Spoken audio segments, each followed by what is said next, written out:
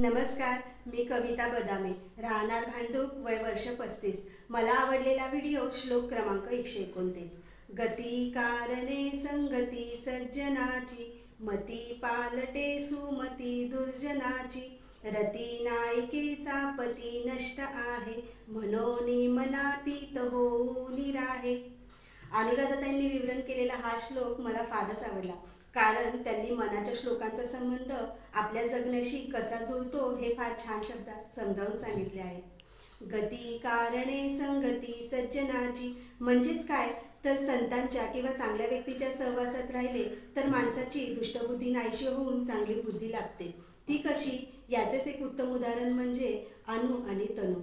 अनु आणि तनू दोघी जिवलग मैत्रिणी. एक दिवस तनू खूपच अपसेट होती. तेव्हा अनुने विचारले, काय गं, काय झालं, तू फार टेन्शनमध्ये दिसते आहेस. तेव्हा तनू म्हणाली, अगं मला फार डिप्रेशन आले आहे. मला आता जगावंसंच वाटत नाही, कारण माझ्या बाबतीत कोणतीच गोष्ट चांगली घडत नाही. तेव्हा अनु म्हणाली, अगं असा कुविचार करू नकोस. गावात एक संत गुरु राहतात. ते आठवड्यातून एकदा खूप छान प्रवचन देतात.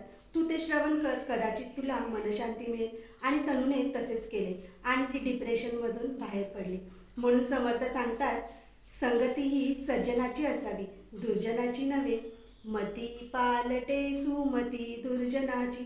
मती पालटणे म्हणजेच काय, तर कुबुद्धी सुचणे. हल्लीच्या मुलामुलींना स्मोकिंग करणे, पबमध्ये जाणे, दारूचे व्यसन असणे, अश्लील व्हिडिओ पाहणे यासारख्या गोष्टी करणे म्हणजे अगदी जिव्हाळ्याचा विषय वाटतो.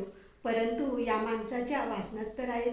आणि दुर्जन मनुष्य म्हणजे कोण हो, जो स्वतः तर दुर्गुणी असतोच, परंतु दुसऱ्यालाही दुर्गुणी बनवतो. बरोबर ना? रती नायिकेचा पती नष्ट आहे, मनोनी मनातीत होऊन राहे.